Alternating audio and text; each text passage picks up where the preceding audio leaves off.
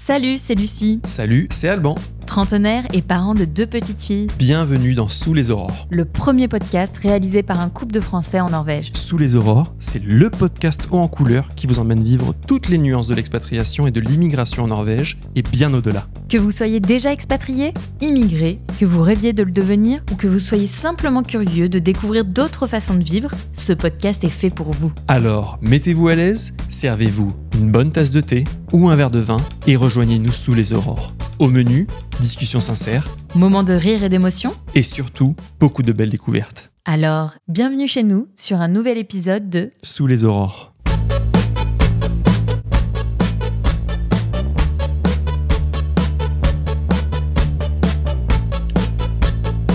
Bonjour à tous et bienvenue sur un nouvel épisode de Sous les aurores. Aujourd'hui, nous recevons pour la première fois, on n'est pas peu fiers, une étudiante en Erasmus. Et ça nous parle beaucoup parce que on a beaucoup vécu avant la Norvège à l'étranger. J'ai été en Erasmus. Merci d'être là. Est-ce que tu peux nous dire comment tu t'appelles? Depuis combien de temps vis-tu en Norvège? Dans quel domaine étudies-tu? Et si tu peux nous partager déjà un petit culture choc que tu as vécu à ton arrivée ou que tu continues de vivre. Donc moi c'est Laurette. Je suis arrivée au mois de janvier, le 12 exactement. J'étudie la littérature. Donc, globalement les profs ont dit faut que tu t'éclates donc tu prends ce que tu veux. T'étudies quoi du coup ici? Alors j'ai que 3 cours déjà. Et c'est classical mythologie. Donc mythologie classique, culture populaire coréenne et philosophie du langage. Waouh. Hyper intéressant. Carrément. Tout en anglais du coup. Ouais.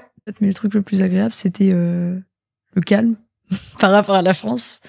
Et juste le fait que, enfin, moi, ce qui m'a vraiment surprise, c'est quand je rentrais après une soirée, première semaine, et en fait, j'avais pas regardé toutes les 5 minutes derrière moi. C'est agréable. Ouais. Ça, c'était le premier truc vraiment qui m'a surprise, je pense. C'est hyper intéressant que tu parles de ça parce que c'est vrai que... Alors nous, on est arrivé ici déjà plus étudiants. C'était plus en lien avec le boulot, par exemple. Mais quand on voyageait beaucoup pour le travail, je me rappelle que toi, tu rentrais parfois très tard, quand tu rentrais de l'aéroport ou quoi. Et pareil, c'était pas un problème, quoi. C'est super agréable. C'est un luxe, ouais. Et toi, d'où tu viens à la base, en France? De Normandie. Donc, j'ai grandi vers Fécamp, Étretat, tout ça. Trop beau, Étretat. Ouais. Et puis, sinon, j'ai fait mes études à Caen, jusque-là. D'accord. Je vais bouger. Mais avant de passer à la suite, revenons quand même sur comment nous nous sommes rencontrés. Ouais. Parce que c'était pas au détour d'une soirée étudiante. Malheureusement, c'est plus trop programme pour nous. Mais alors, comment ça s'est fait? Sur le Facebook, le groupe des Français en Norvège, je crois que Laurette avait mis une petite annonce en disant qu'elle proposait ses services. Et du coup, je lui ai écrit un message pour savoir si elle pouvait promener Alba de temps en temps quand on avait un peu des soucis, quand j'étais en voyage principalement. Et elle a accepté. Et du coup, elle s'est bien occupée d'Alba pendant quelques promenades, le temps de quelques promenades. Alba, pour ceux qui ne savent pas, c'est notre chienne. Ouais. Un gros morceau de 30 kilos. Donc quand même, c'était une sacrée responsabilité. C'est clair. J'étais très heureuse quand j'ai reçu ce message. Ouais, c'est vrai. Parce que j'avais jamais eu de proposition de dog-sitting. Et là, est-ce que ça te dirait de promener un chien? Évidemment. Évidemment. Et quel chien? Et alors, est-ce que tu peux nous dire un peu plus pourquoi avoir choisi Oslo pour ton Erasmus? Déjà, moi, la décision de partir en Erasmus, ça s'est fait un peu au dernier moment. Donc, en fait, globalement, les inscriptions en Erasmus se passent... la deadline, je crois, c'est en janvier. Les gens reçoivent les réponses 2-3 mois après, je crois. Et en fait, à Caen, et dans certaines universités, il y a des deuxièmes campagnes. Et moi, j'ai 3 copines qui sont parties en Erasmus. Une en Espagne, une à Hamar, donc c'est à 1 heure d'Oslo, et une au Canada. Et je me suis dit, en fait, ça m'a motivée. Et donc, je suis allée à la deuxième campagne pour au moins un semestre. Et dans les propositions, ce qui m'intéressait le plus... Alors, en littérature, il n'y a pas tant de choix que ça. Encore moins en art du spectacle, parce que j'avais la possibilité de faire les deux. Et en fait, Oslo, ça se démarquait vachement, surtout pour justement pour cette différence culturelle. Parce que j'avais le choix d'aller en Italie, par exemple. Même maintenant, à Oslo, je vois qu'en fait, italien, espagnol, français, il y a vraiment cette même nature de caractère. Du sud, quoi. C'est ça. Et je savais que, en fait, j'ai une amie qui s'appelle Madeleine, qui était dans ma prépa. Son père est norvégien. Et effectivement, je l'ai rencontré et j'ai vu la différence de caractère très très clairement. Ouais. Et de culture très accueillante aussi d'une certaine manière. Je m'excuse d'être généreux, mais tiens, j'espère que ça te fait plaisir. Et Madeleine me parlait beaucoup de la Norvège du coup. Et elle a fait son Erasmus, donc 1 an à Hamar, et ça m'a motivée pour vraiment découvrir un peu ce qu'il en était vraiment. Parce que c'est quand même j'avais jamais voyagé moi avant. Donc oui, ça fait un grand step de voyager. Tu dirais à l'étranger tout court ou comment c'était? À l'étranger, ouais, parce qu'en France j'ai de la famille un peu partout, donc ça va, j'ai quand même pu voyager en France. Donc, dans le cadre de tes études, tu te dis un peu last minute un Erasmus. Mm-hmm. La Norvège, parce que tu en as entendu parler. Il y a ta copine qui vit pas trop loin, Madeleine. Mm-hmm. Est-ce que tu te souviens de ton premier jour quand tu es arrivé en Norvège? Quels ont été un peu tes ressentis, tes premières impressions? En plus, elle est arrivée en janvier. Ah bah attends, elle va tout nous dire. Ouais. En plus, comme c'est bientôt la fin, je suis hyper nostalgique du coup de cette période-là, donc j'en parle avec un énorme sourire. Je suis arrivée déjà à 23h à Oslo. Le fameux avion. Le fameux avion. Et puis, c'était un des jours les plus froids de janvier. Il faisait -15, je crois. Déjà, forcément, il y avait l'euphorie. Je l'ai fait. Je suis en Norvège. Je suis en Norvège avec une amie à moi en plus parce que Madeleine est venue me chercher à l'aéroport. Elle a dormi chez moi ce jour-là. Bien. Alors là, c'était une très grande aventure parce que j'avais une énorme valise. On a dû aller chercher les clés parce que je sais pas si vous savez, mais en Norvège, il y a un système pour les étudiants, pour les habitations qui est incroyable. En fait, t'as juste à t'inscrire sur une liste d'attente. Tu reçois une offre d'appartement. Tu mets des critères, bien sûr, et tu t'inscris sur telle ou telle liste d'attente. Et souvent, il y a de la place. Et en fait, ils mettent la clé dans un genre de boîte et puis tu vas la chercher. Et puis en fait, tout se passe vraiment hyper facilement. Donc on a dû aller chercher cette clé. Sauf qu'il était 23h dans la neige, tout ça. C'était au niveau de SIO Athletica. Ouais. Donc, plus au niveau de la fac, en fait. Sauf que de la gare jusqu'à la fac, pour nous deux qui connaissions pas, parce que Madeleine ne connaît pas Oslo. Ouais. Donc, on a beaucoup marché. Mais il y avait quand même ce truc il neige partout. C'est génial. Ouais. En plus, c'était les périodes un peu après Noël, il y avait encore toutes les petites lumières, les fenêtres et tout. Vous avez dû commencer à comprendre un peu comment l'ambiance, quoi. Madeleine, du coup, elle connaissait déjà. Ouais. Et je lui dis, c'est marrant, ils ont tous la même lampe à la fenêtre. Et oui, c'est une petite tradition. Je dis, mais c'est génial. C'est tellement chaleureux, en fait. Ouais, ça illumine la ville, c'est beau. C'était quelque chose de génial. Tout était très lumineux, en fait, même à l'intérieur des maisons. Du coup, ça m'a aussi fait me questionner sur l'aspect écologique, parce que tout le monde laisse tout le temps tout ouvert. Mais en tout cas, ça donne un beau ressenti. Puis après, on est arrivé, appartement vide, forcément. 1h du matin, on n'a toujours pas mangé. Je commande 7-Eleven, des pizzas qui arrivent froides, mais on est contente. Vous l'avez fait, quoi. Ouais, c'est le début. Ouais, s'il n'y a pas un peu de galère dès le début, c'est que ça n'a pas commencé. Déjà, c'est trop bien d'arriver, d'avoir un appartement et tout. Enfin, je sais pas si pour tous les étudiants, j'ai l'impression qu'en Norvège, effectivement, c'est plutôt bien fait, mais dans d'autres pays, ça peut être plus compliqué, quoi. Moi, je suis arrivée au Chili, j'ai dû attendre avant de trouver un appart. J'avais un appart provisoire et tout. Il fallait tout chercher moi-même, donc. C'est vrai que c'est vraiment un plus, quoi, qu'il soit si bien organisé, que t'aies pas besoin de parler à quelqu'un, tu récupères tes clés dans une boîte. Et moi, j'ai fait mon Erasmus en Finlande. Ok. Et ça, j'ai aussi souvenir des logements étudiants qui étaient vraiment très très bien et pas cher du tout comparé au niveau du pays. Est-ce que toi, pour le coup, c'est cher? Enfin, on est curieux de savoir pour pouvoir justement en parler pour les gens qui vont peut-être être amenés à faire un Erasmus en Norvège. Je dirais que j'étais un peu surprise des prix parce que je m'attendais à vraiment très très cher. Déjà, avant de venir en Norvège, tout le monde te dit, waouh, tu vas payer cher la vie. Ouais. Et tout. Donc forcément, je m'attendais à des prix exorbitants. Après, du coup, je me rends pas trop compte si c'est vraiment... C'est combien à peu près par mois? Moi, j'ai pris un très petit appartement, donc un des moins chers, donc c'est environ 450 € par mois. Avec les charges comprises? Ouais. Bon, par contre, c'est vrai que c'est très petit. J'ai pris un des plus petits, mais... Quelle est la surface? À l'œil, comme ça, je dirais 12 kilomètres carrés, oui. Ah, bah ça va, donc Laurette, t'as des goûts de luxe pour une étudiante. De luxe. 12 mètres carrés? 12 mètres carrés la chambre. Après, il y a une cuisine qui fait à peu près, je dirais, ça de largeur. Elle est que pour toi, la cuisine? Non, je la partage avec un autre étudiant. Et lui, il a une autre chambre à côté. Et on se partage salle de bain, cuisine, mais c'est vraiment très étroit, quoi. Ok. Donc, si par exemple, il y a des gens qui sont très, très introvertis et qui ont besoin d'avoir de l'espace et de pas se sentir agressé par la présence de quelqu'un d'autre, je conseillerais pas celui-là. Pour toi, ça allait? Pour moi, ça allait. Ouais. C'est pas un souci et il est très bien placé aussi, le mien. Donc, la chance. Ouais. Bon, je vais pas me plaindre, mais il y a des super appartes au niveau. Donc les 2 résidences étudiantes, enfin les villages étudiants principaux, ça va être Sogn et Crenshaw. Mais globalement, en gros, il y a mon village et plus on monte, après il y a Sogn, après il y a Crenshaw. Donc ils sont pas trop loin. Et c'est assez central. C'est assez central. Enfin, c'est pas forcément central, mais c'est bien relié. C'est très bien relié. Avec les métros. Métro et bus, ouais. Ouais. Et mais c'est surtout autour de l'université, en fait. C'est plus simple. Crenshaw et Sogn, c'est vraiment... tu parles à un étudiant Erasmus, t'habites où? C'est soit ça, soit ça. Oui. Des fois, il y en a qui se démarquent un peu, mais globalement, il y a vraiment beaucoup d'habitations là-bas. Et les gens sont majoritairement satisfaits. Je sais que j'ai une copine qui s'appelle Maya, que j'ai rencontrée ici, qui... Elle a payé, pareil, à peu près 450 ou peut-être 470 par mois. Donc, c'est une coloc de 8 personnes, 7 personnes. Mais l'appart est plutôt bien aménagé pour que ça se passe bien. C'est bon, il y a une salle de bain pour tout le monde et une cuisine pour tout le monde. Donc, faut quand même bien s'organiser. Faut mettre le planning pour la salle de bain. Ouais. Donc, Maya, elle a eu la chance de tomber sur des gens avec qui elle s'entendait super bien. Donc, ils faisaient des petites sorties ensemble.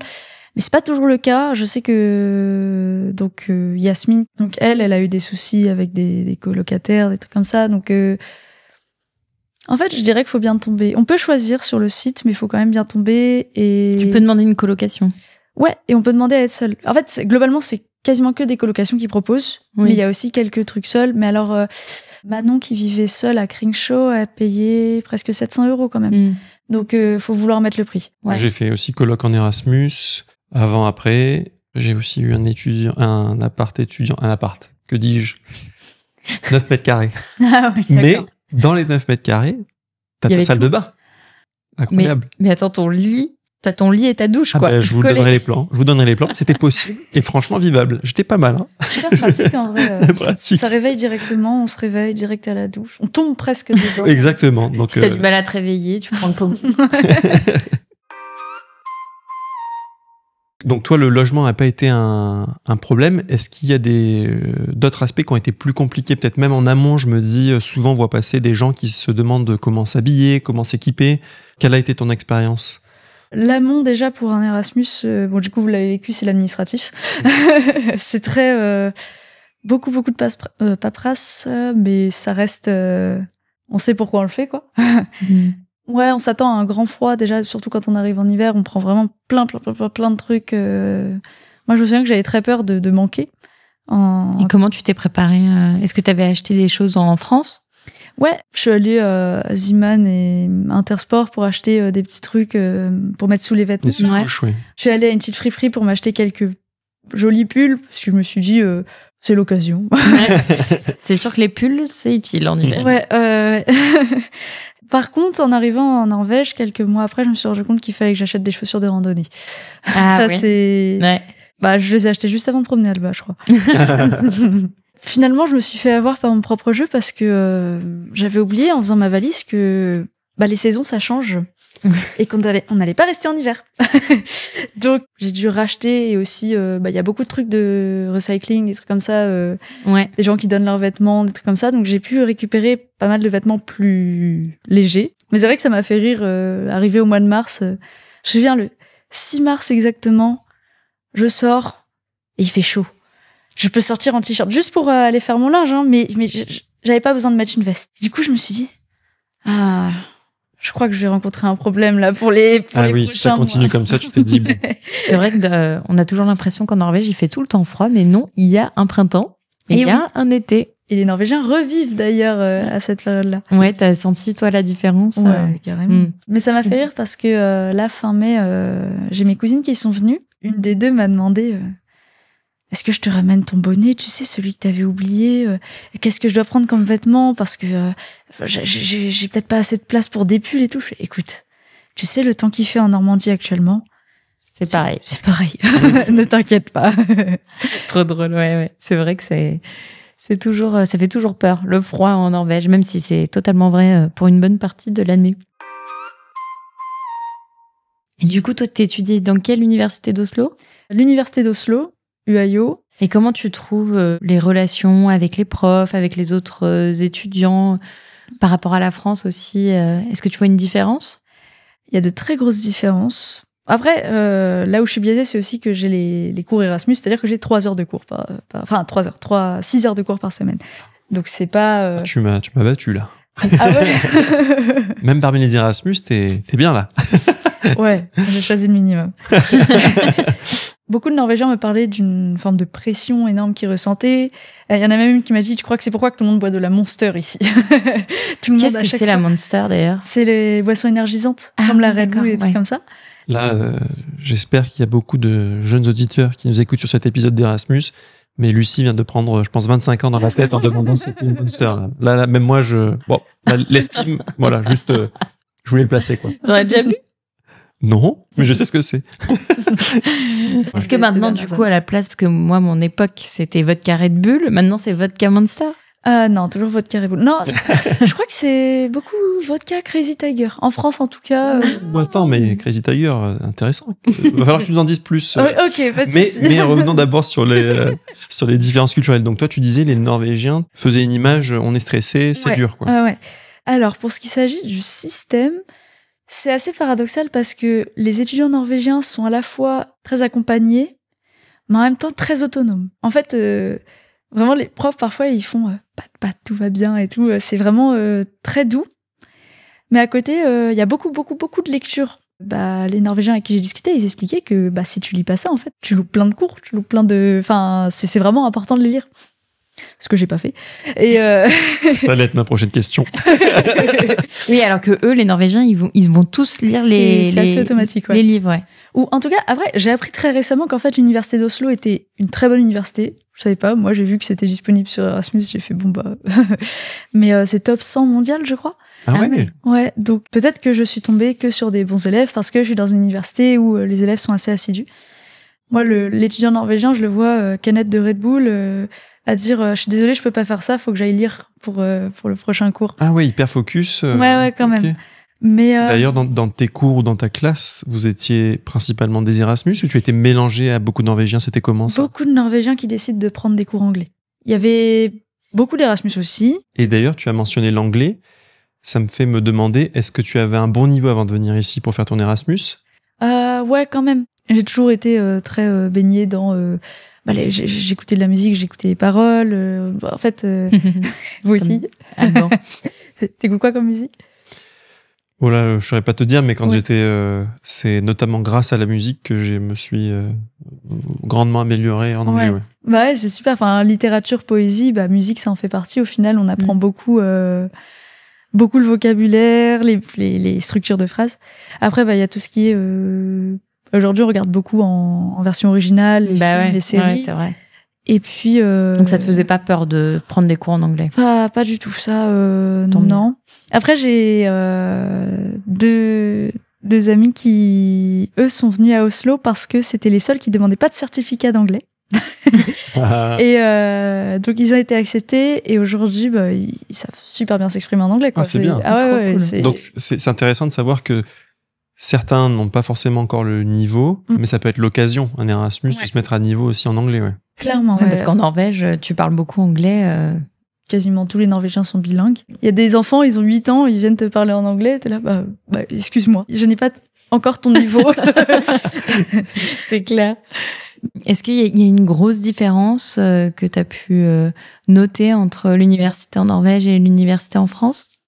Techniquement, cette année, c'est ma première année d'université.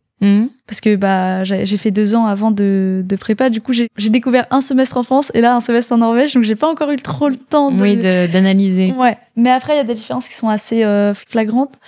La proximité des professeurs.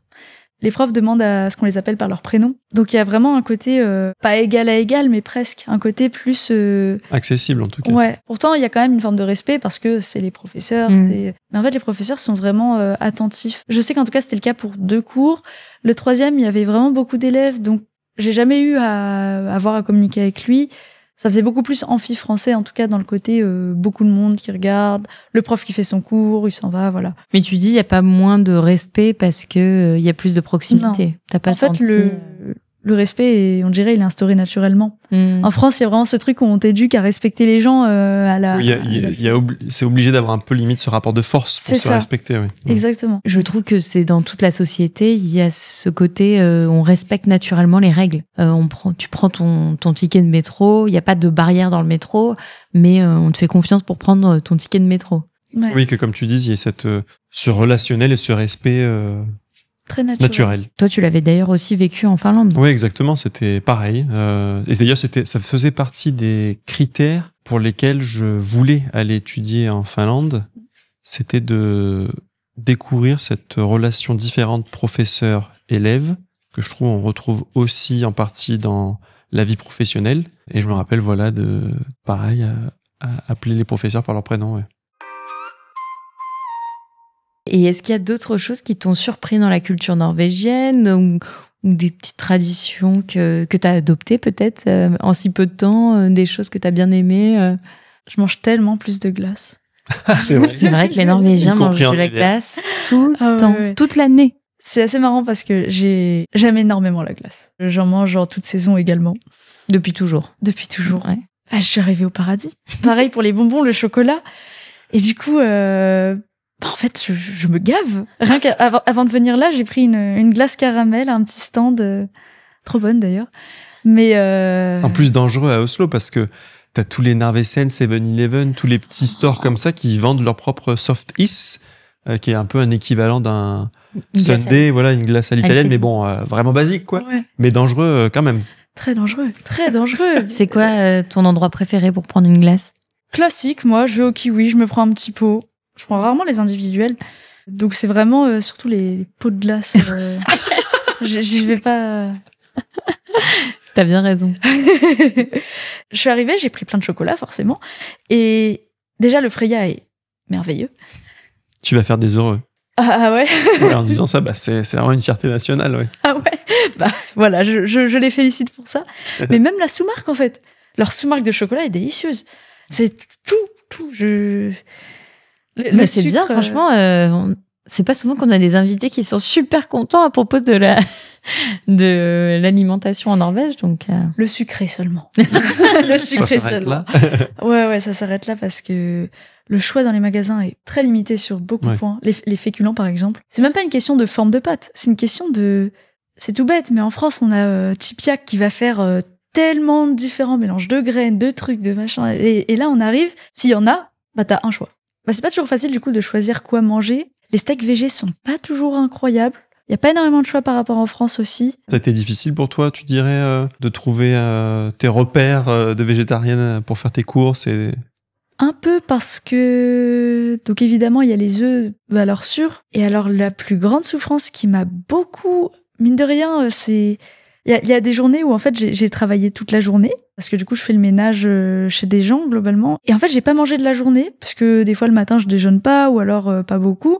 Et en fait, en rentrant, j'ai juste envie de passer dans un Kiwi, un Rema, un supermarché pour m'acheter un sandwich végétarien. Il y en a jamais. Il y en a jamais. Ou alors... soit il y en a plus, soit il y en a pas du tout. Et souvent il y a toujours du poulet, des crevettes, du saumon. C'est vraiment niveau, en tout cas pour la nourriture à emporter, des trucs comme ça. Non mais je te rejoins parce que je suis végétarienne aussi. Ouais. Enfin pescétarienne. Ça a été compliqué. Maintenant je le vis mieux, mais peut-être aussi maintenant je sais quelles marques me plaisent et quels steaks me plaisent et du coup c'est un peu plus facile. Mais c'est vrai que je te rejoins sur le fait que y a pas beaucoup de choix. Quand j'arrive en France, maintenant les rayons pour végétariens. Ces dernières années. Mais on arrive, on achète plein de trucs différents et tout, et puis on se fait plaisir quoi. Et c'est vrai que en Norvège c'est plus limité. On n'a pas des hypermarchés avec 50 marques différentes pour le même produit. Donc je pense qu'une fois que tu sais ce que t'aimes, c'est plus facile, peut-être plus agréable. Mais d'ailleurs, ça nous amène peut-être doucement mais sûrement vers un peu la vie étudiante à Oslo. Tu nous as donné tes petits conseils pour des petits régimes équilibrés. Est-ce qu'il y avait des endroits notamment pour aller, peut-être on peut commencer pour aller manger à l'extérieur que t'aimes bien toi en tant qu'étudiante? En fait, on va commencer à croire que je mange vraiment n'importe comment, ce qui est le cas. Voilà. T'es étudiante, t'as le droit. Mais oui. On mangeait tous n'importe quoi en étant étudiant. Le plus simple, rapide, c'est 7-Eleven, Narvesen. Je me prends une part de pizza parce que souvent ils ont la version sans viande. Même si des fois ils l'ont pas et que ça me... Des fois, des fois vraiment c'est le mauvais jour et ça me met les larmes aux yeux. Quoi. Ouais. En fait, je me suis pas permis vraiment de faire des j'imagine. Des bouffes. Et vous vous retrouvez dans certains bars ou... Alors, ouais, très vite ça s'est senti parce que la première semaine, globalement tous les soirs il y avait des trucs. Et ça s'était organisé, tu dirais, par l'université ou les étudiants directement? C'était comment? Alors du coup, ouais, je sais pas si en Erasmus vous avez eu ça, mais il y a la Buddy Week. Ouais. Où, en fait, ouais, voilà. L'intégration, en gros, en fait. L'intégration, ouais. Pendant une semaine, t'as des volontaires, des étudiants volontaires qui vont prendre en charge des groupes d'étudiants Erasmus et leur montrer un peu les activités à faire, les faire visiter. Ouais, c'est vraiment super sympa. Ça permet vraiment de rencontrer du monde et de savoir un peu ce qu'il y a à faire, ce qu'il y a à ne pas faire à Oslo. Je me souviens des premières journées, on est dans un amphi, il y a des gens qui présentent les habitudes de vie des Norvégiens. Ils étaient sur un ton, bien sûr, très caricatural, mais en même temps, ils étaient là en mode, c'est un peu vrai, c'est ne vous asseyez pas à côté des gens dans le métro, ne faites pas ça. C'est vraiment tous les petits trucs comme ça. Durant cette Buddy Week, on a pu aller dans plusieurs bars, parce que on a fait les bars jeux de société, les bars machin. Il y a eu ce jour où j'ai payé un verre de vin 11 €. Plus jamais. Ce jour fait mal, ouais. Ouais. Alors, pas beaucoup de vin dedans, bien sûr, sinon ce serait pas drôle. Attends, mais en plus, pour un étudiant, ça mais fait oui. super Déjà, mal. nous, c'est énorme. Parce quand on est arrivé, nous, on n'emmène toujours pas large.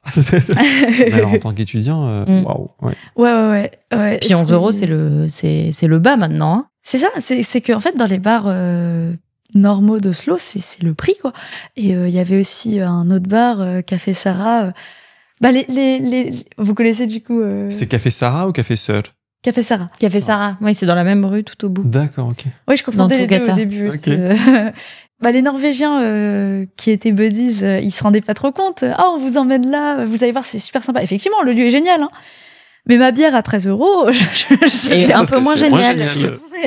Et du coup, ils vous emmenaient quand même dans des bars normaux, enfin, pas avec des pré-étudiants. Ils ont varié en fait. Ah, d'accord. Parce que globalement, pour la première semaine, je pense qu'ils ont dû se dire, on va leur donner les tips étudiants, mais aussi on va leur montrer les endroits vraiment sympas. Et donc, par contre, pour les étudiants, il y a vraiment des bars beaucoup plus abordables où en fait c'est le prix minimum qu'on peut trouver, mais du coup ça va être le prix français dans certaines villes. Par exemple, il y a Châteauneuf, c'est une association, il y a plein d'événements dedans, c'est super cool. C'est près au niveau de Majerstuen. Donc t'as 6,50 € la bière. Attends, mais c'est que pour les étudiants ou pas? Non. Ça m'intéresse. Je pense que tu peux y aller. Au pire, on se refait une carte. On prend note là. Vas-y, continue, Laurette. On t'écoute. Alors, Châteauneuf. On t'écoute. T'en as un deuxième comme ça, là? J'en ai plusieurs. Après, Châteauneuf, je sais que c'est pas que pour les étudiants, pour sûr. Après, il y a les prix étudiants. Donc, je sais pas c'est combien sans la carte étudiante, mais ça doit être moins de 10 € en tout cas. Ok. Pour sûr. Il y a Amatoren, c'est en plein dans au milieu du village étudiant Sogn. Pareil, 6,50 € la bière. Et là, on sera un peu plus démasqué, peut-être. Peut-être. Avec des poussettes. Après, à Amatoren, ils demandent pas la carte étudiante. Donc. Peut-être. Ils sont tellement noyés dans le village étudiant que. Après, il y en a un très, très étudiant parce que c'est vraiment dans l'université. Enfin, il y en a deux, en fait. Ça va être Yuan et Uglebo. Yuan, c'est 4,50 € la bière. Imbattable. Imbattable. Du coup, on peut s'en sortir dans des soirées étudiantes, dans des bars vraiment faits pour les gens qui n'ont pas envie de mettre beaucoup d'argent. Je dirais que le meilleur plan, c'est Châteauneuf pour le cadre. Et est-ce qu'il y avait des activités, des sorties que vous faisiez en tant qu'étudiant enfin, d'ailleurs, pas forcément qu'en tant qu'étudiant, mais qu'est-ce que tu as aimé faire promener Alba. Trop bien. T'as bien aimé la nature à Oslo pour se balader Ouais. En arrivant chez vous, j'ai découvert un coin beaucoup plus isolé et naturel du coup, parce que j'étais jamais allée dans ce coin-là. Est-ce que toi, du coup, la nature, on va dire, d'Oslo que tu connaissais peut-être avant de découvrir cet endroit, c'était plutôt Sogsvan, par exemple ou... J'y étais pas encore allée. Non plus. Okay. Première fois que je suis allée à Sogsvan, c'était il y a un mois et demi. Ok, intéressant. Ouais. Enfin si, j'y étais allée, mais de nuit. J'avais fait une randonnée, donc il y a aussi une assoce étudiante qu'il y a dans un peu toutes les villes étudiantes en Europe, c'est l'ESN. Et du coup, ouais, vous connaissez peut-être. Ça me parle. Ouais, l'ESN, c'est des volontaires qui vont organiser plein de sorties, d'événements, parfois payantes, parce que pour financer aussi, puisque comme c'est des volontaires. Ouais, donc t'as trouvé quand même des choses sympas à faire. Carrément. Oui, parce que déjà, on a un avant-goût dans la ville. En fait, il laisse beaucoup de place à la verdure, aux arbres, au parc. Au parc, ouais. C'est génial. C'est un truc qu'on ne trouve pas à Stockholm ou Copenhague, par exemple. Est-ce que tu as été sur les îles Ouais. Ah oui, c'est sympa ça cet aussi. aspect-là, oui. Les îles, c'est incroyable. Ouais. C'est une chance de fou. C'est fou déjà d'avoir le bus, le tram, le métro et le ferry. Ouais. Avec ton même ticket. Ouais, le même ticket. Mais ouais, les îles, c'est incroyable. Surtout au printemps, quand il y a tous les petits canards qui font leurs petits bébés, là. C'est vrai. Et nous, comme tu l'as vu, on est un peu plus retirés. Et c'est vrai qu'on en croise beaucoup. Des sortes de biches. Il y avait même un élan, apparemment, la dernière fois. Enfin, des blaireaux qui viennent faire nos poubelles. Ah ouais, c'est énorme. Il y a des vidéos de eux en mode raid. Et ils sont 3 ou 4 et ils se font les poubelles. Attendez, c'est un truc de fou. Un soir, que dis-je, une nuit, j'entends Alba qui pleure devant la porte en bas. Je me dis, c'est bizarre, elle pleure jamais. Elle doit être malade, faut que je la sorte. Donc je mets le harnais, la laisse. Mais il est 3 heures du matin, je suis encore un peu endormie. Ouais. J'ouvre la porte et là, je vois 3 gros blaireaux en train de faire notre poubelle. Et ils ont des ongles hyper longs. Enfin, des griffes d'ailleurs, pas des ongles. Et nous, notre poubelle, elle est à rayures. Et ils étaient là en train de prendre les trucs. Et moi, j'ouvre la porte. Ils me regardent. Je les regarde. Je referme la porte et je dis j'ai eu trop peur. Ils ont dû avoir autant peur que moi. Et c'est pour ça, en fait, qu'elle était complètement folle. Elle devait les sentir. Mais voilà, il y a des blaireaux. C'est trop mignon, je trouve. Et pour le coup, je suis allée à Stockholm et à Copenhague. On sent vraiment la différence en termes de nature et en termes de calme aussi. C'est impressionnant. Ouais, c'est des villes beaucoup plus animées. Ouais, Copenhague, j'y suis allée l'été, du coup, mais c'est hyper vivant. Copenhague, je trouve que c'est un doux mélange entre Stockholm, j'ai un peu moins aimé. Il y a un côté plus business, un côté plus, je sais pas, superficiel. Oslo, c'est tout l'inverse. Ça va être, il y a effectivement le côté business, tout simplement dans le mode de vie des Norvégiens, mais l'aspect nature est très présent, la sérénité, c'est peaceful, c'est trop bien. Et Copenhague, c'est un peu ce truc. Les gens ont l'air, en tout cas, je suis restée que 3 jours, donc je peux pas trop dire, mais ont l'air heureux, naturels, vivants. Et en même temps, il y a cette sérénité, qu'on retrouve en Norvège. Et toi, la semaine, du coup, on a compris que tu avais beaucoup d'heures de cours. Tu faisais aussi des jobs étudiants, donc dog-sitting, ça on sait. Tu as mentionné que tu faisais des ménages. Ouais. Et d'autres jobs ou c'était principalement ça? Que ménage. À la base, j'avais proposé babysitting, puis une dame m'a proposé le ménage. Puis au final, en fait, bouche à oreille. Puis j'ai remis une annonce. En fait, j'en ai mis 2, une au début, puis une un peu plus au milieu. Beaucoup de gens sont intéressés par le ménage, en fait. Donc ça a été facile de trouver un job étudiant à côté des cours. Ouais. Le groupe, la communauté française à Oslo est très très utile pour ça. C'est allé assez vite. D'ailleurs, mes potes c'était là, mais comment t'as trouvé et tout? Je fais, écoutez, il y a ce groupe. Allez-y, ouais. Donc ça a été relativement facile, puis ça m'a beaucoup aidé financièrement. Ouais, parce que la Norvège, ça reste cher quand même. Ouais. Mon père me donnait beaucoup d'argent par mois, mais avec le loyer, en fait, ça faisait 250 € qui me restaient pour vivre. Ouais. Ah oui. Ce qui, en fait, en Norvège, est pas énorme du tout. Même si tu ne sortais pas, ne serait-ce que te nourrir. Ouais. C'est pour ça, avoir un job, c'était vraiment bien. Après, il y a les bourses aussi. Dans quel cas t'as le droit à une bourse? Bourse Erasmus. Bourse Erasmus. Les gens ont trop accès bien à la bourse Erasmus. Ouais. Ça, c'est bon à savoir souvent. Ouais. Ça peut faire peur financièrement en Erasmus, mais pour un semestre, moi qui ne suis pas boursière, pour un semestre, j'ai eu 1 200 €. Ah ouais. C'est quand C'est même bien, ouais. ça aide beaucoup pour le loyer, pour les choses. Du coup, les boursiers ont plus, donc ça peut aider, ça peut encourager à venir. Et tout le monde n'est pas au courant. En tout cas, c'est bien que tu en parles parce que dans tous les cas, il y a des futurs Erasmus. Bourse Erasmus, ça existe et pas forcément si on est boursier à la base. Ouais, exactement. Là où je suis un peu déçue, c'est que du coup, en fait, je me rends compte que j'avais rarement de jours libres parce que lundi cours, mardi travail, mercredi cours, jeudi travail, vendredi cours et travail parfois. Et au final, quand j'avais plus cours, je continuais de travailler. Il y avait des journées où c'était assez épuisant et du coup, j'avais plus la force de vraiment faire quelque chose après. Aller faire des choses pour toi, quoi. C'est ça. Ah ouais. Donc effectivement, des fois, en rentrant du travail, je me posais un petit café, j'écrivais, je faisais des petits trucs. Mais en fait, ça prend la journée quand même. Ouais. Et... Est-ce que le week-end, parfois, t'arrivais à faire des petites activités Ouais, quand même. Tu fais quoi? Au final, je passais beaucoup de temps avec Kepa. Donc le week-end, on faisait surtout des trucs ensemble. On pouvait aller à un café. Surtout pour la révision, on allait beaucoup dans des cafés. Ce qui permettait aussi d'avoir ce côté où parfois on prend des petites pauses. Un café en particulier à nous citer? Une chaîne? Alors, la chaîne Espresso House, particulièrement. Justement, dans mon carnet, j'y suis allée donc mardi. Et en écrivant, comme je suis à la fin de mon Erasmus, je parle un peu justement de mon expérience plus dans la globalité et plus la manière dont je suis reconnaissante. Un carnet sur ton Erasmus? Ouais, j'en ai acheté un quand je suis arrivée. Du coup, au début, j'écrivais un peu ce qui me surprenait. J'aurais dû le prendre. J'écrivais un peu ce qui me surprenait. Par exemple, je sais que j'ai fait une liste, les choses qui m'ont surprise. Tesla. Ah oui. Il y en a beaucoup. Le bruit de cette voiture électrique est partout.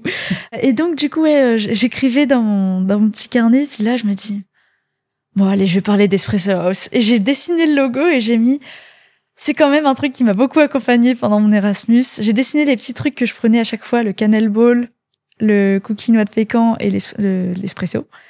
Et le thé passion green. Je recommande, je sais pas si vous l'avez déjà je l'ai pas goûté. Non. Incroyable. Donc c'est assez cher, mais c'est une valeur sûre, entre guillemets. Et puis aussi, le gros avantage, c'est que ça ferme tard. Parce que oui, c'est vrai qu'ici, tout ferme tôt. Ça ferme à quelle heure? Ça dépend lesquels. Celui qui va être vers Akerbrygge, il ferme à 21h. Ah ouais. Donc gros point fort quand tu dois réviser des trucs comme ça. Ça me fait penser, par exemple, les grosses périodes de révision. Est-ce qu'il y a une bibliothèque via l'université? Il y a des endroits aussi qui sont bien pour pouvoir réviser, passer du temps. La bibliothèque de l'université d'Oslo est géniale. En fait, l'université d'Oslo est géniale. Enfin, je sais pas si vous avez déjà passé à travers ou non, même pas vraiment. C'est hyper. Elle est très très belle parce que oui, fun fact, je suis trompée de journée d'intégration et je suis allée à celle d'Oslomet. Le premier jour. T'avais trop bu la veille ou quoi? Mais non, c'était vraiment le lendemain de la fameuse arrivée que tu disais. Ouais. Non. En fait, j'ai eu un mail parce qu'il y avait d'autres gens de ma fac qui faisaient un Erasmus à Oslo, mais à Oslomet. Et en fait, ma coordinatrice, elle m'a mis dans le groupe d'un mail qui était adressé aux étudiants d'Oslomet. Et du coup, je vois l'adresse, c'est ça pour la Buddy Week. Je reçois des messages. Demain, c'est tel truc et tout. Donc j'y vais. Madeleine m'accompagne et on est pas très très à l'aise, mais voilà, ça va. Ça reste une Buddy Week. C'est un peu le truc où au début, on se dit la Buddy Week, c'est un peu compliqué au début. Et au final, à la fin de la journée, il y a une fille de mon groupe de buddies qui me dit, elle me demande ce que je fais littérature. Et toute la journée, les gens, ils m'ont dit littérature, il y a ce cours-là à Oslomet, marrant. Et moi, j'ai pas capté. D'accord. Et à la fin, il y en a une, elle me dit, t'es vraiment inscrit à Oslomet parce que tu parles aussi du UAIO. Parce que j'ai dû poser une question en mode, mais du coup, est-ce que UAIO et Oslomet sont oui, voilà, exactement, reliés bien sûr. Parce que je savais qu'il y avait UAIO qui existait aussi. Et du coup, je disais, est-ce qu'il y a un lien? Elle fait, non, c'est vraiment deux universités différentes. Je me dis, t'es sûre? Mais ouais, je devrais regarder. Si ça se trouve, t'es pas au bon endroit. Je fais, oh non, quand même. Je suis pas neuneu non plus, merci. Elle me prend pour qui? Le lendemain, je lui ai envoyé un message. Je lui ai dit, t'avais raison. En fait, j'ai beaucoup senti la différence d'ouverture, de conversation quand je suis arrivée dans cette université-là. Les gens étaient beaucoup plus tranquilles, beaucoup plus ouverts, même ouverts d'esprit, j'ai envie de dire. Mais c'est intéressant que t'aies senti une différence, quoi, que ce soit pas exactement pareil. Mais donc, en tout cas, l'université d'Oslo, c'est génial. Il y a un super cadre. Déjà, c'est beau. Je trouve. Il y a un côté un peu building, mais qui est quand même très beau parce que c'est des buildings couleur brique un peu super sympa. Il y a une fontaine au milieu, il y a de la végétation. La bibliothèque est énorme. T'es allée parfois réviser là-bas? Ouais, parce qu'il y a beaucoup de place. Et il y a plusieurs bibliothèques d'ailleurs. Il y en a minimum 2 à ma connaissance. Il y a plusieurs cafés. Enfin, c'est un petit microcosme, quoi. C'est super. Ouais. J'ai une question rapide là. Les repas du midi, est-ce que tu avais accès à une cantine avec des prix particuliers pour les étudiants? Il y a un self. Bon, déjà, il y a un bonne prise dans le truc. Donc, tu peux t'acheter un petit magasin, ouais. Un petit magasin avec des prix assez tranquilles, ça va. Après, au-dessus du bon prix, il y avait un self, en fait, comme un Crous, mais en version un peu plus sophistiquée, j'ai envie de dire. Mais c'est pas excessif. C'est moins de 10 € le plat. Je pose la question parce qu'en Finlande, ça, c'est quelque chose qui m'avait marqué. Donc, il y avait les logements qui, pour un pays cher, pour des étudiants, étaient vraiment pas chers du tout. Et les repas du midi qu'on payait, qui étaient de bonne qualité et qu'on payait 2 € et quelques. Et il y avait de quoi faire des activités peut-être sportives aussi sur le campus? Ouais. Pour les étudiants, il y a une assoce tu passes forcément par là, que ce soit pour te loger ou pour les associations sportives et tout. C'est SIO. Du coup, c'est ce dont je parlais pour le logement. Ouais. Donc, ils s'occupent aussi des structures sportives plutôt. Ils ont une piscine, ils ont dans l'université, il y a un gymnase. Enfin, il y a l'abonnement à peu près 25 € par mois pour vraiment pouvoir accéder à peu près tout. Il faut juste s'inscrire la veille pour participer à tel cours, ou je pense que c'est même possible de rejoindre directement. Kepa aurait pu en dire plus parce que lui, du coup, il faisait du jujitsu avec SIO, ouais. Et il avait juste à aller sur l'appli et booker pour la veille ou même le jour même, je pense. Il me semble qu'il y avait des petites activités sportives, il y avait du yoga, mais a priori, il loue des kayaks à SIO aussi, des tentes, des trucs un peu, enfin, il y a un peu plein de trucs organisés. Possibles. Ouais. SIO, c'est pas mal aussi parce qu'il y a ce truc de recycling où en fait, au niveau Crenshaw, par exemple, moi j'ai accompagné un ami là-bas qui est volontaire, qui travaille pour SIO et qui donc s'occupe tous les samedis de gérer un genre de bâtiment où t'as plein de vêtements, de trucs, d'objets, de livres à disposition que les gens viennent apporter parce qu'ils s'en servent plus. Et d'autres gens viennent récupérer. Un peu comme le même système des cabines téléphoniques, là, j'utilise plus, je le donne et les gens récupèrent. Ça, c'est super aussi parce que pour les étudiants, c'est super bon à savoir parce que c'est pas intuitif, faut le savoir. Moi, je savais pas avant que Adrienne m'en parle. Ouais, donc tu nous disais dans ton livre, tu faisais des cafés, des balades avec Alba. Ouais. Tu t'es baignée aussi dans le lac aujourd'hui. Ouais. Tu nous l'as dit avant d'enregistrer. Tu t'es baignée dans le fjord? Le fjord, oui, après le sauna. Ouais, après le sauna. Mais t'as testé le sauna, c'est aussi une bonne tradition, ça. Incroyable. Du coup, pareil, je sais pas si vous connaissez Clean Fjord. Ouais, c'est super bien, c'est pas cher du tout. C'est une assos, donc tu peux avoir un sauna pour pas cher et puis t'es autonome, quoi. Ouais. Tu arrives, tu mets le code, tu fais ton sauna, ton petit truc, puis tu repars. C'est génial. C'est pour ça qu'il faut qu'on parle des étudiants. Ils ont toujours les meilleurs plans, quoi. Les plans les moins chers. Exactement. Ouais, donc c'est trop bien. Pour le coup, c'est vachement bien parce que ça rend le sauna accessible. Parce que j'ai vu les prix des autres trucs, c'était genre 30 €. Est-ce que tu as une soirée ou un événement qui t'a marqué pendant ton Erasmus? Il y a eu cette soirée justement où on est allé sur l'île. C'est laquelle la première? Of the Year. Avec des petites canettes de cidre parce que du coup je ne savais pas, mais le cidre est très très apprécié incontournable ici, alors que le cidre vient de ma région à la base, donc ça m'avait fait un peu rire. Donc on y va et c'était avec une copine norvégienne, donc cette copine s'appelle Maggie et elle du coup elle m'a beaucoup aidé à comprendre un peu les différences culturelles aussi. J'aurais une anecdote d'ailleurs par rapport à ça mais juste cette soirée paisible où en fait on se pose sur ces fameux rochers là, il y a juste l'eau autour de nous et on parle avec un cidre et on voit les petites oies qui passent avec leurs bébés et c'était un petit truc hors du temps un peu. Ouais, je vois très bien. C'est vraiment l'avantage qu'il y a en Norvège, c'est qu'il y a beaucoup de moments hors du temps quand on se retrouve au milieu en tout cas de ce petit côté naturel. Même si c'est pas de la nature pure comme autour de chez vous, ça peut être un parc, mais t'as raison. Et tu vois, là, je viens de trouver les mots parce qu'on s'est fait interviewer pour un autre podcast et elle nous demandait ce qu'on aimait bien et tout. Et je disais la nature quand je suis seule dans la nature, mais en fait c'est ça que je cherchais à dire. C'est parfois je trouve que c'est des moments hors du temps, des moments suspendus. Effectivement, quand je suis avec Alba dans la neige, dans la forêt, qu'il y a personne, que j'entends juste le bruit de mes pas sur la neige et tout, j'ai l'impression vraiment que c'est des moments suspendus. Et pourtant, je suis dans une capitale. Des fois, quand je rentrais, surtout au début, quand il neigeait encore, je rentrais de soirée à 4-5 heures du matin, j'avais le chemin, il neigeait, j'entendais, comme tu dis, les bruits de mes pas dans la neige et juste... tu regardes autour de ça, t'es juste content, quoi.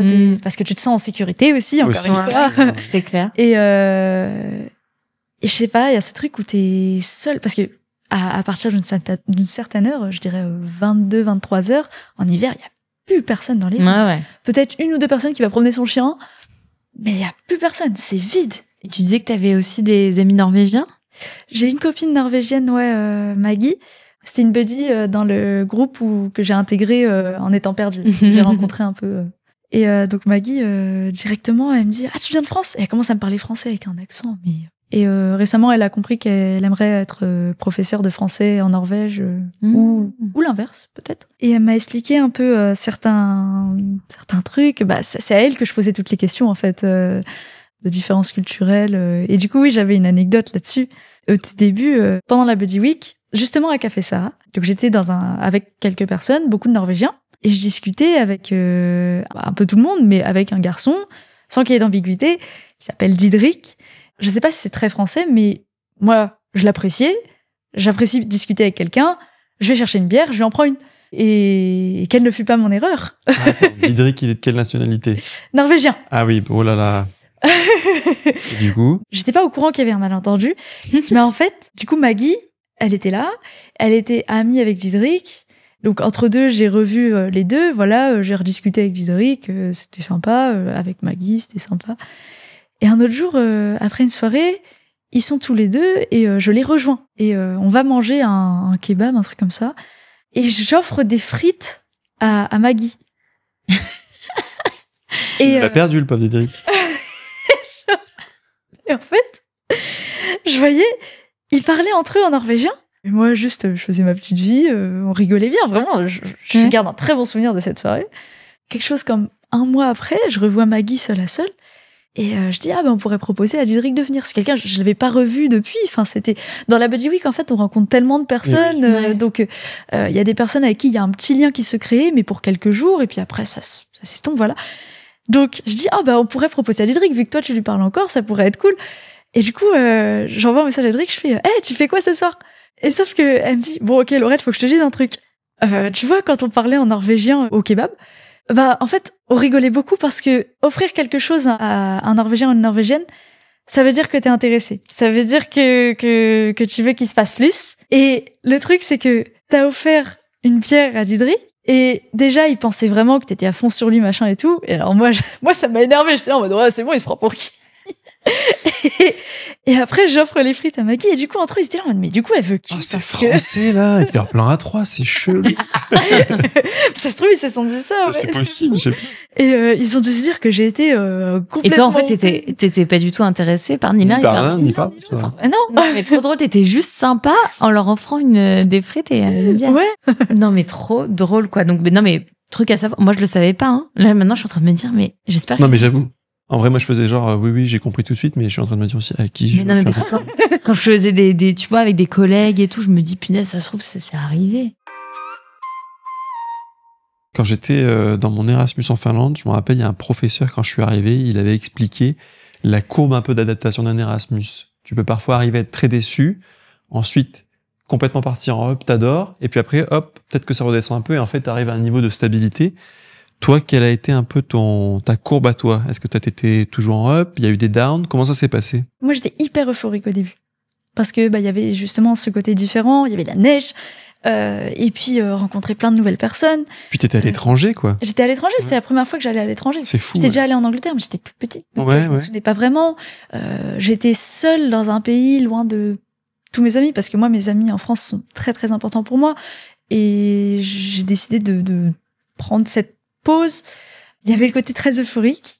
Comme j'ai dit, j'étais tout le temps en soirée. Socialement, c'était très très intense. Côté visite aussi, émerveillée par les statues. Il y a des statues partout et j'adore. Ça donne un charme énorme à la ville. Cette euphorie-là, elle a duré, je dirais, janvier-février. Après, effectivement, il y a eu cette stabilité qui a commencé à s'instaurer. Il n'y a pas eu de moment où j'ai été déçue. Il n'y a pas eu de moment où j'ai eu... T'as pas eu de coup de blues? J'ai fait de l'anxiété, mais c'était purement personnel, en fait. Ça avait pas de lien avec la Norvège. Le fait d'être à l'étranger. C'est ça. Okay. C'était plus... Et justement, en fait, je pense que le fait d'être à l'étranger, ça m'a aussi aidé à traverser ça par moi-même. En fait, j'ai pas de psy, j'ai pas de support vraiment concret. En fait, c'est hyper formateur. Ouais, complètement. De devoir se débrouiller. L'anxiété, c'est ça, il faut s'y confronter pour en fait se rendre compte qu'on est capable de s'en sortir.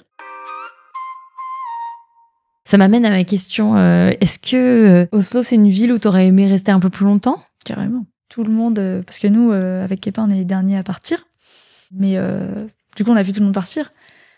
Tout le monde est triste. Non seulement parce qu'évidemment, on s'est fait des amis, des choses, des rencontres, mais aussi le cadre. Comme je disais, Léna, quand elle est rentrée, elle était pas bien à cause de ce côté agressif de la France. Et elle a dit, mais moi, Oslo, je vais y retourner. Je sais que je vais y vivre dans ma vie, genre, c'est sûr. Trop bien. Ça me rappelle, moi, trop ma fin d'année d'Erasmus en Finlande, où j'étais, je me revois très bien, une des dernières soirées où il y avait tout mon groupe d'amis proches. Et c'était quand il y avait eu, moi, un film qui m'a hyper marqué quand j'étais jeune, c'était L'Auberge espagnole. C'est l'histoire d'un étudiant qui part en Erasmus à Barcelone. J'avais adoré le film, ça m'avait hyper marqué. Moi, mon frère, c'est pour ça qu'on était même allé à Barcelone, repérer des endroits du film, enfin bref. Et il y a eu ensuite le deuxième film, Les Poupées Russes, et Casse-tête chinois est sorti quand j'étais, moi, en Erasmus. Et je me rappelle voir ce film avec mes amis lors d'un des derniers soirs. Je commençais à ce moment-là, je crois déjà à être hyper nostalgique et à prendre sur moi, tu vois, pour pas me dire c'est la fin, on va se quitter, je vais quitter la Finlande dont je suis tombé amoureux. Mais bon, j'étais déjà hyper chargé émotionnellement. Mais par contre, quand on a dit au revoir à la première des filles de ce groupe, rideau, j'étais cuit. Ah ouais. C'était trop dur. De dissoudre ce groupe, on était aussi proches. Ouais. Après, vous avez encore contact? On est toujours en contact. Et elle, d'ailleurs, en tout cas, la première de ce groupe-là vit à Copenhague. Okay, marrant. Ce qui va être dur, ça va être... en France, les gens se plaignent, ils sont agressifs. C'est très cliché, mais en même temps, il y a quelque chose où, en fait, t'arrives en France, tu le sens, quoi. Je l'ai eu aussi, d'ailleurs, la claque retour Erasmus. Ah ouais. Donc, c'est un vrai truc. Je pense que tu l'auras aussi, ouais. Yes. En plus, je reste 3 jours à Paris. Je reste chez... Grosse claque. Ah oui, la peau américain. Il y a une tradition qui t'a marqué, du coup Les tenues traditionnelles. Ouais. Incroyable, c'est magnifique. Le 17 mai, du coup, ça t'a... En fait, ça m'a marqué dans le sens où c'est une belle manière d'aimer son pays. Parce que j'ai regardé la parade avec toutes les écoles qui défilent. Tu mets un drapeau français à la place, ça prend une autre tournure, quoi. Et... Ça serait pas interprété pareil aussi, c'est ça. Malheureusement. Et du coup, il y a vraiment un amour pour leur pays qui est à la fois justifié. Aussi, il y a beaucoup... J'ai l'impression qu'en Norvège, il y a aussi beaucoup d'hypocrisie sur certains points. Tout va bien, mais bon, il y a une loi qui interdit les SDF d'être dehors, des trucs comme ça. Enfin, il y a quand même... certaines zones d'ombre. Des zones d'ombre, c'est un bon mot. À part ça, c'est quand même un pays avec énormément d'avantages. Enfin, rien que le fait que là, on est le mois des fiertés, il y a des drapeaux LGBT partout. C'est génial, ça. Je crois que c'est aussi beaucoup les pays nordiques, ça, parce qu'à Copenhague, c'était un peu pareil. Mine de rien, c'est une avancée énorme. C'est vrai. C'est un truc qu'on trouve pas du tout en France. Et donc, il y a beaucoup d'ouverture. Donc, je comprends qu'ils soient assez fiers de leur pays. Et juste... le 17 mai, tu ressens vraiment cette fierté norvégienne et nuit, t'as envie d'en faire partie, quoi. C'est ça. J'ai vu les écoles défiler et vraiment, je sautillais. Et puis, il y avait beaucoup d'écoles musicales avec des tambours. Et alors, j'étais prise par le rythme. Mais tous les enfants se retournaient et me regardaient. Soit ils avaient un petit sourire parce que, déjà, c'est bizarre. Enfin, c'est bizarre pour eux de voir des cheveux colorés. Oui. J'ai une mouche sur le genou. C'est beaucoup ma mouche. C'était très intriguant. Mais en même temps, des fois, ils étaient, choqués de voir autant d'enthousiasme parce que, en fait, c'est vrai qu'autour, les Norvégiens, ils regardent. On arrive à la fin de cet épisode, Laurette. On a une dernière question pour toi. Est-ce que tu as un ou quelques conseils à donner à un futur étudiant Erasmus qui arrive à Oslo? Déjà, profiter de la nature. Dans les petits tips, il va y avoir déjà, ça coûte rien de se mettre dans le groupe Facebook de la communauté française à Oslo, ça peut vraiment aider pour le coup. Ouais. Faire attention, première semaine, à pas dépenser trop d'argent. Ça va vite. Les musées d'Oslo sont incroyables. Tips, très bon à savoir. Le musée Munch, le mercredi soir, c'est gratuit. Le musée national, je crois pas avoir payé très cher, 8 €, un truc comme ça. Après, le Fram Museum, qui est vraiment sympa aussi, pas cher du tout. Enfin, s'il y a des gens qui ont des questions, vous pouvez mettre mon contact ouais, trop bien. Il y a aucun souci, je serais trop contente de répondre. Eh ben, on mettra ton contact dans l'épisode. En tout cas, merci beaucoup de nous avoir raconté ces quelques mois à Oslo. Et bravo pour cette première expérience à l'étranger. Merci pour Alba. Elle va être triste que tu partes, la toutoune. Ouais, c'est clair. Non, mais merci encore, Laurette, d'être venue ici, de nous avoir partagé ton expérience et on espère qu'elle servira à plein d'autres Erasmus comme toi. J'espère aussi. Ouais. Et puis, en attendant, on vous dit à très bientôt chez nous. Sous les aurores. Si cet épisode vous a plu, pensez à nous laisser une note et un avis sur votre application d'écoute préférée. Ou un commentaire sur YouTube, ça nous aide énormément à faire grandir le podcast. Merci et à très vite pour le prochain épisode.